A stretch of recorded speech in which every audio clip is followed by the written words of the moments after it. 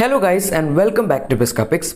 Finally Mahindra അവരുടെ Bolero നിയോ എന്ന് പറയുന്ന ഒരു വാഹനം ഇപ്പോൾ ഇന്ത്യൻ മാർക്കറ്റിൽ കറൻ്റ്ലി ഇപ്പോൾ റീസെൻ്റ്ലി ലോഞ്ച് ചെയ്തിരിക്കുകയാണ്. സോ നമുക്ക് ഈ വാഹനത്തെക്കുറിച്ചുള്ള കൂടുതൽ ഡീറ്റെയിൽസും അതുപോലെ എന്തുകൊണ്ടാണ് ഇത് TUV 300 പോലെ ഇരിക്കുന്നത് എന്ന കാര്യങ്ങളെല്ലാം വളരെ ഡീറ്റെയിൽ ആയിട്ട് തന്നെ നോക്കാം. സോ ആദ്യം തന്നെ ഈ വാഹനത്തിൻ്റെ ഓവറോൾ ലുക്സിലേക്ക് വരികയാണെങ്കിൽ it's quite similar to the TUV 300. So front പ്രൊഫൈലിലേക്ക് വരുമ്പം ആദ്യം തന്നെ മഹീന്ദ്രയുമായിട്ട് ദാറ്റ് ഈസ് ബൊലേറോ ആയിട്ട് ഇൻസ്പയർഡ് ആയിട്ടുള്ള ഒരു ഗ്രില്ലാണ് ഇതിൽ കൊടുത്തിരിക്കുന്നത്. ഒരു ടിപ്പിക്കൽ മഹീന്ദ്ര ഗ്രിൽ എന്ന് വേണമെങ്കിൽ പറയാം. 6 lakh ഗ്രില്ലാണ്, 6 ക്രോം എലമെൻറ്റ്സ് ആണ് അതിൽ കൊടുത്തിരിക്കുന്നത്. ഗ്രില്ലിനാണെങ്കിലും അത്യാവശ്യം ക്രോം ട്രീറ്റ്മെൻറ്റ് ഉണ്ട്. ഇനി ബാക്കി ഇതിൻ്റെ ഹെഡ് ലാംപ്സിലേക്ക് വരികയാണെങ്കിൽ ലെഫ്റ്റ് സൈഡിലും റൈറ്റ് സൈഡിലും 2 ഹെഡ് ലാംപ്സ് വെച്ച് കൊടുത്തിട്ടുണ്ട് obviously. Okay, so head lamps halogen head lamps ആണ്. ആൻഡ് അതിൽ തന്നെ LED DRLസും കൊടുത്തിട്ടുണ്ട്. ഹെഡ് ലാംപ്സ് സിമ്പിൾ നമ്മുടെ ഒരു യെല്ലോ ലൈറ്റ്സ് തന്നെയാണ്. ലെഫ്റ്റ് സൈഡിലായിട്ട് ടേൺ ഇൻഡിക്കേറ്റേഴ്സ് കൊടുത്തിട്ടുണ്ട്. ആൻഡ് ഇനി താഴത്തേക്ക് വരികയാണെങ്കിൽ ഇവിടെ ഫോഗ് ലാംപ്സും ഈ ഒരു വാഹനത്തിൽ അവൈലബിൾ ആണ്. ഫോഗ് ലാംപ്സ് അവർ നല്ലോണം മാർക്കറ്റ് ചെയ്യുന്നുണ്ട് ഫോഗ് ലാംപ്സിൻ്റെ പേരിൽ. അത് LED അല്ല, ഹാലജൻ തന്നെയാണ്. ബട്ട് സ്റ്റിൽ എന്തായാലും അത്യാവശ്യം പ്രൊമോഷൻസ് ചെയ്യുന്നൊരു ഫോഗ് ലാംപ്സ് ആണ്. വളരെയധികം പവർഫുൾ ആണ് എന്ന് പറഞ്ഞു. എന്തായാലും പവർഫുൾ ആണോ അല്ലയോ നമുക്ക് നോക്കാം. ഇനി ഇതിൻ്റെ ഫ്രണ്ടിൽ കൊടുത്തിരിക്കുന്ന താഴത്തെ ബമ്പേഴ്സിൻ്റെ ഡിസൈനൊക്കെ ഓൾമോസ്റ്റ് ഒരു അത്ര ഒരു മോഡേൺ ലുക്കിംഗ് ഡിസൈനൊന്നും അല്ലെങ്കിലും ആ ഫോഗ് ലാംപ്സിൻ്റെ ഇൻസേർട്സും അതുപോലെ താഴത്ത് കൊടുത്തിരിക്കുന്ന എയർ ഡാമും ഒക്കെ അത്യാവശ്യം മോഡേൺ ലുക്കിംഗ് ആയിട്ടുണ്ട്, അല്ലെങ്കിൽ അത്യാവശ്യം അട്രാക്റ്റീവ് ആണ്. താഴത്തായിട്ട് ചെറിയൊരു ബ്ലാക്ക് എലമെൻറ്റ്സ് ഇവിടെ കൊടുത്തിട്ടുണ്ട്. ഇനി അടുത്തതായി ഈ വാഹനത്തിൻ്റെ സൈഡ് പ്രൊഫൈലിലേക്ക് വരികയാണെങ്കിൽ അലോയ് വീൽസ് അവൈലബിൾ ആണ്. പക്ഷേ ഇവിടെ ഏറ്റവും വലിയൊരു പ്രോബ്ലം ആയിട്ട് എനിക്ക് തോന്നിയത് വെറും 15 ഇഞ്ച് അലോയ് വീൽസ് ആണ്. അതായത് വളരെ ഒരു അണ്ടർ ടയർഡ് ആയിട്ട് ചിലപ്പോൾ ഈ ഒരു വാഹനം റിയൽ ലൈഫിൽ കാണുമ്പോൾ ഫീൽ ചെയ്തേക്കാം. And tyre size happens to be 215 75 R15s. 75 എന്ന് പറയുന്നത് it's massive tyre profile. Okay, പിന്നെ ഇതിൻ്റെ ഡിസൈൻ ആണെങ്കിലും എനിക്ക് പേഴ്സണലി അത്യാവശ്യം കുറച്ചൊരു സിമ്പിൾ ആയിട്ടുള്ള ഡിസൈൻ പോലെയാണ് തോന്നിയത്. നിങ്ങൾക്ക് എന്താണ് തോന്നിയത് നിങ്ങൾ എന്തായാലും കമൻസിൽ അറിയിച്ചോളൂ. പിന്നെ താഴത്തായിട്ട് സൈഡ് ഫുഡ് സ്റ്റെപ്സും കൊടുത്തിട്ടുണ്ട്. വേണമെങ്കിൽ ചവിട്ടി കയറാവുന്ന രീതിയിൽ കൊടുത്താണ്, ഒരു ഡിസൈൻ എലമെൻ്റ് ആയിട്ട് കൂട്ടിയാൽ മതി. ഇനി സൈഡ് പ്രൊഫൈലിന് ബാക്കിയുള്ള ആസ്പെക്ട്സിലേക്ക് വരാനാണെങ്കിൽ ഇതിൻ്റെ ORVMs ഇലക്ട്രിക്കലി അഡ്ജസ്റ്റബിൾ ആണ്, പക്ഷേ ഫോൾഡബിൾ അല്ല. അതുപോലെ തന്നെ സൈഡ് ടേൺ ഇൻഡിക്കേറ്റേഴ്സ് ആണെങ്കിലും സൈഡ് ഫെൻഡേഴ്സിലായിട്ടാണ് പ്ലേസ് ചെയ്തിരിക്കുന്നത്. അതും ORVMസിലൊന്നും അല്ല വരുന്നത്. പിന്നെ ഈവൻ ബോഡി ഡോർ ഹാൻഡിൽസ് ആണെങ്കിൽ പോലും ബോഡി കളേർഡ് അല്ല, ബ്ലാക്ക് കളർ ഡോർ ഹാൻഡിൽസ് ആണ്. പക്ഷേ ഒരു ടിപ്പിക്കൽ മഹീന്ദ്ര ബൊലേറോയിൽ കാണുന്ന ടൈപ്പിലുള്ള ആ ഒരു സൈഡ് ക്ലാഡിങ് അല്ലെങ്കിൽ ഒരു പ്ലാസ്റ്റിക് ഇൻസേർട്സ് ബ്ലാക്ക് കളറിൽ അവിടെ കൊടുത്തിട്ടുണ്ട്. ഇനി ഈ വാഹനത്തിൻ്റെ ഓവറോൾ റിയർ പ്രൊഫൈലിലേക്ക് വരാനാണെങ്കിൽ റിയറിൽ ആക്ച്വലി ഒരു ടിപ്പിക്കൽ TUV 300 എങ്ങനെയാണോ ഉള്ളത് അതുപോലൊക്കെ തന്നെ ആയിരിക്കും നിങ്ങൾക്ക് ഫീൽ ചെയ്യുന്നത്. കാരണം ടോപ്പിൽ ആ ഒരു സ്പോയിലേഴ്സ് കൊടുത്തിട്ടുണ്ട്. അതുപോലെ തന്നെ റിയർ വൈപ്പർ പോസ്റ്റർ ഡിഫോഗർ തുടങ്ങിയ സംവിധാനങ്ങളെല്ലാം അവൈലബിൾ ആണ്. ആൻഡ് പുറകിലായിട്ട് ഒരു ബൂട്ട് മൗണ്ടഡ് സ്പെയർ വീൽ കൊടുത്തിട്ടുണ്ട്. ബൂട്ട് മൗണ്ടഡ് ആണ് ഇതിൻ്റെ സ്പെയർ വീൽ വരുന്നത്. ആൻഡ് അതിലൊരു നൈസ് ലുക്കിംഗ് കവർ കൊടുത്തിട്ടുണ്ട്. അവിടെ തന്നെ ബൊലേറോയുടെ ബാഡ്ജിങ്ങും വരുന്നുണ്ട്. പിന്നെ ലെഫ്റ്റ് സൈഡിലായിട്ട് ബൊലേറോ നിയോയുടെ ബാഡ്ജിങ് വരുന്നുണ്ട്. അതുപോലെ തന്നെ താഴത്ത് ഒരു ഡോർ ഹാൻഡിൽ കൊടുത്തിട്ടുണ്ട്. അതുപോലെ അതായത് പുറകിലത്തെ ബൂട്ട് ഡോർ തുറക്കാനുള്ള ഒരു ഹാൻഡിൽ. ടെയിൽ ലാംപ്സിൻ്റെ ഡിസൈനും TUV 300 വെച്ച് കമ്പയർ ചെയ്യുമ്പോൾ almost more or less same തന്നെയാണ്. ഹാലജൻ ടെയിൽ ലാംപ്സ് ആണ്. കാര്യമായിട്ടുള്ള LEDs ഒന്നും ഇവിടെ യൂസ് ചെയ്തിട്ടില്ല. ഇനി താഴത്തേക്ക് ബമ്പറിലേക്ക് വരികയാണെങ്കിൽ എക്സ്പോസ്ഡ് ആയിട്ടുള്ള പാർക്കിംഗ് സെൻസേഴ്സ് ആണ് ഈ ഒരു വാഹനത്തിൽ ഉപയോഗിച്ചിരിക്കുന്നത്. അതായത് ബ്ലാക്ക് കളർ പാർക്കിംഗ് സെൻസേഴ്സ് ആണ്. ആൻഡ് താഴത്തെ ബമ്പറിൻ്റെ അവിടെ വീണ്ടും എഗെയിൻ ഒരു ഫുഡ് സ്റ്റെപ്പ് കൊടുത്തിട്ടുണ്ട് പുറകിലത്തെ സീറ്റിലേക്ക് കയറാനുള്ള എളുപ്പത്തിന് വേണ്ടി. അപ്പോൾ പറഞ്ഞു വരുമ്പോൾ ഞാൻ എന്തായാലും ക്യാബിൻ സ്പേസിലേക്ക് വരുമ്പം ഇതിൻ്റെ ദാറ്റ് ഈസ് തേർഡ് റോ സ്പേസിനെ കുറിച്ച് കൂടുതൽ വിവരിച്ചു തരാം. സോ ഓക്കെ, ബമ്പറിലേക്ക് വരുമ്പോൾ എന്തായാലും സിമ്പിൾ ആയിട്ടുള്ള ബമ്പറാണ്. ലോവർ ഏരിയ ബ്ലാക്ക് കളറിലാണ് ഫിനിഷ് ചെയ്തിരിക്കുന്നത്. ഇനി അടുത്തതായി ഈ വാഹനത്തിന് ഇൻറ്റീരിയറിലേക്ക് വരികയാണെങ്കിൽ ആദ്യം തന്നെ ഇതിൻ്റെ സ്റ്റിയറിംഗിലേക്ക് വരാം. സോ സ്റ്റിയറിംഗ് താറിലൊക്കെ കൊടുത്തിരിക്കുന്ന ഓൾമോസ്റ്റ് ആ ഒരു സെയിം സ്റ്റിയറിംഗ് തന്നെയാണ് കൊടുത്തിരിക്കുന്നത്. പുതിയ ബൊലേറോയിലും ഈ ഒരു സെയിം സ്റ്റിയറിംഗ് തന്നെയാണ് വരുന്നത്. ലെഫ്റ്റ് സൈഡിൽ ഓഡിയോ കൺട്രോൾസിൻ്റെ സ്വിച്ചസ് വരുന്നുണ്ട്. ആൻഡ് റൈറ്റ് സൈഡിൽ ഈ ഒരു വാഹനത്തിൽ ക്രൂസ് കൺട്രോളിൻ്റെ സ്വിച്ചസും വരുന്നുണ്ട്. സോ ക്രൂസ് കൺട്രോളും ഈ ഒരു വാഹനത്തിൽ ഓവറോൾ അവൈലബിൾ ആണ്. പിന്നെ താഴത്തായിട്ട് അതായത് സ്റ്റിയറിംഗിൻ്റെ ലോവർ ഏരിയയിൽ അവരൊരു ഒരു സിൽവർ എലമെൻറ്റ്സ് കൊടുത്തിട്ടുണ്ട്, അല്ലെങ്കിൽ പ്ലെയിൻ സിൽവർ എലമെൻറ്റ്സ്. ഇനി ഇതിന് മീറ്റർ കൺസോൾ അല്ലെങ്കിൽ ഇൻസ്ട്രുമെൻറ്റ് ക്ലസ്റ്ററിലേക്ക് വരികയാണെങ്കിൽ നടുവിൽ ഒരു ഡിസ്പ്ലേയോട് കൂടിയ അനലോഗ് ഡിസ്പ്ലേ ആണ് ഇതിൽ കൊടുത്തിരിക്കുന്നത്. അതായത് ലെഫ്റ്റ് സൈഡിൽ ടാക്കോമീറ്ററും റൈറ്റ് സൈഡിൽ സ്പീഡോമീറ്ററും കൊടുത്തിട്ടുണ്ട്. നടുവിൽ ഒരു MID കൊടുത്തിട്ടുണ്ട്. ഏകദേശം 4.5 ഇഞ്ചസിൻ്റെ ഡിസ്പ്ലേ ആയിരിക്കാം അത്. എനിക്ക് തോന്നുന്നു 4.5 തന്നെ ആയിരിക്കും എന്ന്. താറിലൊക്കെ കൊടുത്തിരിക്കുന്ന ഓൾമോസ്റ്റ് സെയിം ആ ഒരു ഇൻസ്ട്രുമെൻറ്റ് ക്ലസ്റ്റർ തന്നെയാണ് ഇതിലും കൊടുത്തിരിക്കുന്നത്. അതിൽ ഇനി സ്റ്റിയറിംഗ് വീലിൻ്റെ റൈറ്റ് സൈഡിലേക്ക് വരാനാണെങ്കിൽ ഹെഡ്ലാമ്പ് ലെവലേഴ്സ് കൊടുത്തിട്ടുണ്ട്. അതുപോലെ തന്നെ ഈ വാഹനത്തിൽ ഒരു ഈക്കോ മോഡ് കൂടി അവൈലബിൾ ആണ്. 7 ഇഞ്ചസിൻ്റെ ടച്ച് സ്ക്രീൻ ഇൻഫോർടൈൻമെന്റ് സിസ്റ്റവും ഈ ഒരു വാഹനത്തിൽ അവൈലബിൾ ആണ്. അതിൽ തന്നെ ഫിസിക്കൽ ബട്ടൺസ് ഒക്കെ കൊടുത്തിട്ടുണ്ട്. സോ കൺവീനിയൻ്റ് ആണ്. അതിന് താഴത്തായിട്ട് നമുക്ക് ഹെഡ്ലാമ്പ് ലൈറ്റ്സിൻ്റെ കൺട്രോൾസും വരുന്നുണ്ട്.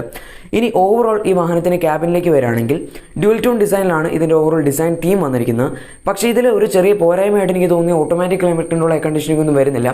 മാനുവൽ AC ആണ് വരുന്നത്. അത് വേണമെങ്കിൽ ഓട്ടോ ആക്കാമായിരുന്നു. ഓവറോൾ ഇൻറ്റീരിയർ ഡിസൈൻ വൈസ് കുഴപ്പമൊന്നുമില്ല. ഇനി സെൻറ്റർ കൺസോൾ ഏരിയയിലേക്ക് വരികയാണെങ്കിൽ അത്യാവശ്യം സ്റ്റോറേജ് സ്പേസ് ഒക്കെ ഇവിടെയും കൊടുത്തിട്ടുണ്ട്. ഗിയർ ലിവറിൻ്റെ ലെഫ്റ്റ് സൈഡിലായിട്ട് ചെറിയൊരു സ്റ്റോറേജ് ഏരിയ വരുന്നുണ്ട്. അവിടെ തന്നെ ഒരു 12 വോൾട്ട്സിൻ്റെ പവർ സോക്കറ്റ് വരുന്നുണ്ട്. പിന്നെ പവർ വിൻഡോ കൺട്രോൾസ് ഫ്രണ്ടിൽ വരുന്നത് ആ ഒരു ഡാഷ്ബോർഡ് അല്ലെങ്കിൽ സെൻറ്റർ കൺസോൾ ഏരിയയിലാണ്. കൃത്യമായിട്ട് പറയാനാണെങ്കിൽ ഹാൻഡ് ബ്രേക്സിൻ്റെ ലെഫ്റ്റ് സൈഡിലായിട്ടാണ് ആ ഒരു പവർ വിൻഡോസിൻ്റെ കൺട്രോൾസ് വരുന്നത്, 4 സൈഡിലേക്ക് ഉള്ളത്. അവിടെ തന്നെ കപ്പ് ഹോൾഡേഴ്സ് വരുന്നുണ്ട്. ആൻഡ് ഫ്രണ്ടിൽ 2 പേർക്കും ഇൻഡിപെൻഡൻ്റ് ആയിട്ടുള്ള ആംറസ്റ്റ് ആണ് വരുന്നത്. ഇനി ഓവറോൾ ഈ വാഹനത്തിൻ്റെ റിയർ പാസഞ്ചർ സ്പേസിലേക്ക് വരികയാണെങ്കിൽ സെക്കൻഡ് റോ പാസഞ്ചേഴ്സിൻ്റെ cabin space actually it's decent എന്ന് വെച്ചാൽ അത്ര ബെസ്റ്റ് ഇൻ സെഗ്മെൻ്റ് ആണെന്ന് പറയാൻ പറ്റില്ല. അണ്ടർ സപ്പോർട്ട് എന്തായാലും അത്യാവശ്യം നല്ല രീതിയിൽ തന്നെ അവൈലബിൾ ആണെങ്കിലും സെക്കൻഡ് റോ പാസഞ്ചേഴ്സിൻ്റെ leg room and knee room is just about adequate. ഒരു ആവറേജ് ലെവലിലായിരിക്കും ലഭിക്കുന്നത്. അല്ലാതെ ഓവർ എക്സ്പെക്ടേഷൻസ് വെച്ച് പോയി കഴിഞ്ഞാൽ നിങ്ങൾ തീർച്ചയായും നിരാശപ്പെടുകയുള്ളൂ. പിന്നെ റിയർ AC വെൻസും ഈ ഒരു വാഹനത്തിൽ അവൈലബിൾ അല്ല. ആൻഡ് തേർഡ് റോയിലേക്കും AC വെൻസ് അവൈലബിൾ അല്ല. അതുകൊണ്ട് തന്നെ കുറച്ച് ബുദ്ധിമുട്ടാവുമായിരിക്കും തേർഡ് റോയിൽ ഇരിക്കാൻ. ബാക്കി തേർഡ് റോ സ്പേസിനെ പറ്റി പറയാനാണെങ്കിൽ നിങ്ങൾക്ക് അറിയാവുന്ന പോലെ തന്നെ side by side facing seats ആണ്. അതുകൊണ്ട് തന്നെ അത്ര ഒരു കംഫർട്ട് ഒന്നുണ്ടോ എന്ന് ചോദിച്ചു കഴിഞ്ഞാൽ തീർച്ചയായും കംഫർട്ട് ഒന്നും ഉണ്ടാവില്ല. ജസ്റ്റ് ഒരു ആവറേജ് സീറ്റ്സ് എന്നേ പറയാൻ പറ്റുള്ളൂ. അണ്ടർ സപ്പോർട്ട് എന്ന് പറയുന്ന ഒരു സാധനം തന്നെ ഈ ഒരു സീറ്റ്സിൽ കാണില്ല. ജസ്റ്റ് അബൌട്ട് ആഡിക്വേറ്റ് എന്ന് വെച്ചാൽ adequate actually below average seats ആണ്. കുട്ടികൾക്കൊക്കെ സുഖമായിട്ടിരുന്ന് പോകാം. അല്ലാതെ അഡൽസിനൊക്കെ ലോങ് ഡ്രൈവ്സ് ഒക്കെ പോകാനാണെങ്കിൽ കുറച്ചൊരു ക്രാംഡ് ആയിരിക്കും. ലെഗ് സ്പേസ് ആണെങ്കിലും അതുപോലെ ഒരു ഓവറോൾ കംഫർട്ട് ആണെങ്കിലും. പിന്നെ ഇത് ശരിക്കും 5+2 സീറ്റിംഗ് കൺഫിഗറേഷനിൽ വരുന്നൊരു വാഹനം എന്ന രീതിയിൽ കണ്ടാൽ മതി. അല്ലാതൊരു പ്രോപ്പർ 7 സീറ്ററായിട്ട് കാണേണ്ട വാഹനമല്ല ഇത്. പിന്നെ ഫ്രണ്ട് സീറ്റ്സിൻ്റെ പുറകിലാണെങ്കിലും ബാക്ക് പോക്കറ്റ്സ് കൊടുത്തിട്ടുണ്ട്. ആൻഡ് ഓവറോൾ ഇനി നമുക്ക് ഈ വാഹനത്തിൻ്റെ ടെക്നിക്കൽ സ്പെസിഫിക്കേഷൻസിലേക്ക് വരാം. സോ ആദ്യം തന്നെ എഞ്ചിൻ സ്പെക്സ് നോക്കാനാണെങ്കിൽ ആകെ ഒറ്റൊരു ഡീസൽ എഞ്ചിൻ മാത്രമേ ഈ ഒരു വാഹനത്തിൽ വരുന്നുള്ളൂ. അത് ഒരു 1.5 ലിറ്റർ മഹീന്ദ്രയുടെ ടെർബോ ഡീസൽ എഞ്ചിനാണ്.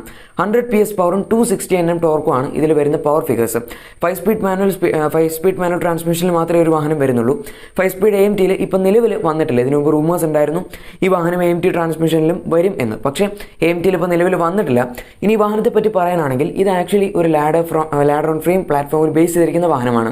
മഹീന്ദ്ര പറയുന്നത് 3rd ജെൻ അവരുടെ താറിലും സ്കോർപ്പിയോയിലും ഉപയോഗിച്ചിരിക്കുന്ന ലാഡർ ഓൺ ഫ്രെയിം ഷാസിയാണ്, അല്ലെങ്കിൽ ലാഡർ ഓൺ ഫ്രെയിം പ്ലാറ്റ്ഫോമാണ് ഈ ഒരു വാഹനത്തിലും ഉപയോഗിച്ചിരിക്കുന്നത് എന്നാണ്. അതുകൊണ്ട് തന്നെ മറ്റുള്ള കോമ്പാക്ട് SUVസിനെ വെച്ച് കമ്പയർ ചെയ്യുമ്പം ഇത് ഒരു പ്രോപ്പർ കോമ്പാക്ട് SUV ആണ്. അതായത് മറ്റുള്ള വാഹനങ്ങളെല്ലാം ജസ്റ്റ് ജാക്ഡ് അപ്പ് ഹാഷ് ബാക്സ് അല്ലെങ്കിൽ പ്രീമിയം ഹാഷ് ബാക്സിൻ്റെ ഒക്കെ പ്ലാറ്റ്ഫോംസിൽ നിർമ്മിച്ചിരിക്കുന്ന ഗ്രൗണ്ട് ക്ലിയറൻസ് കൂട്ടിയ ക്രോസ് ഓവേഴ്സ് ആണെങ്കിൽ ഇതൊരു ക്രോസ് ഓവർ ആയിട്ട് കാണാൻ പറ്റില്ല. കാരണം ഇതൊരു പ്രോപ്പർ SUV ആയിട്ട് വേണമെങ്കിൽ കണക്കാക്കാം. കാരണം ആദ്യത്തെ കാര്യം ഈ വാഹനം ഒരു റിയർ വീൽ ഡ്രൈവ് വാഹനമാണ്. അതുകൊണ്ട് തന്നെ ഓഫ് റോഡൊക്കെ പോകുകയാണെങ്കിലും വലിയ ബുദ്ധിമുട്ടൊന്നും ഉണ്ടാവില്ല. പിന്നെ അത്യാവശ്യം മോശമില്ലാത്ത റോഡ്സിലൂടെയൊക്കെ പോകാൻ ഇത് ലാഡർ ഓൺ ഫ്രെയിം ഷാസിയിലാണ് ബിൽഡ് ചെയ്തിരിക്കുന്നത്. അതുകൊണ്ട് തന്നെ വേറെ കാര്യമായിട്ടുള്ള പ്രോബ്ലംസ് ഒന്നും ഈ ഒരു വാഹനത്തിൽ വരില്ല.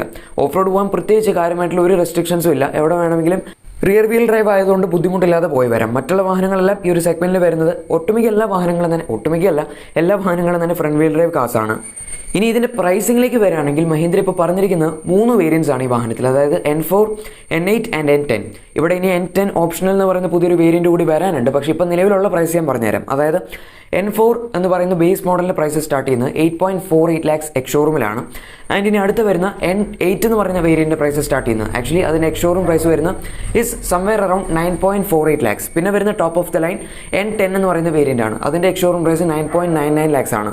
ഇതിൻ്റെ pricing actually it's quite aggressive. കാരണം ഞാൻ എക്സ്പെക്ട് ചെയ്ത് ഈ പ്രൈസിങ് അല്ല. ഞാൻ 9 മുകളിലാണ് ഈ വാഹനത്തിൻ്റെ ബേസ് മോഡലിൻ്റെ എക്സ് ഷോറൂം പ്രൈസ് എക്സ്പെക്ട് ചെയ്തത്. സോ എൻ്റെ എക്സ്പെക്ടേഷൻസ് വെച്ച് എന്തായാലും റിയാലിറ്റിയിലേക്ക് വന്നപ്പം പ്രൈസ് കുറയാണ് ചെയ്തത്, കൂടുതലല്ല ചെയ്തത്. കാരണം ബൊലേറോയുടെ തന്നെ ഏകദേശം ഈ ഒരു സെയിം പ്രൈസാണ്. അപ്പോൾ ബൊലേറോ ന്യൂ എന്ന മറ്റൊരു പേരിലുള്ള ഒരു ലെജൻഡറി നെയിം വെച്ചിട്ടുള്ള ഒരു പഴയ വാഹനം ഇവർ റീബാറ്റ് ചെയ്ത് ഇറക്കുമ്പോൾ ഞാൻ വിചാരിച്ചു മിക്കവാറും ബൊലേറോയെക്കാളും ഒരുപാട് പ്രൈസ് കൂടുതലായിരിക്കുമെന്ന്. പക്ഷേ മഹീന്ദ്ര അത്രയധികം പ്രൈസ് കൂട്ടിയിട്ടില്ല.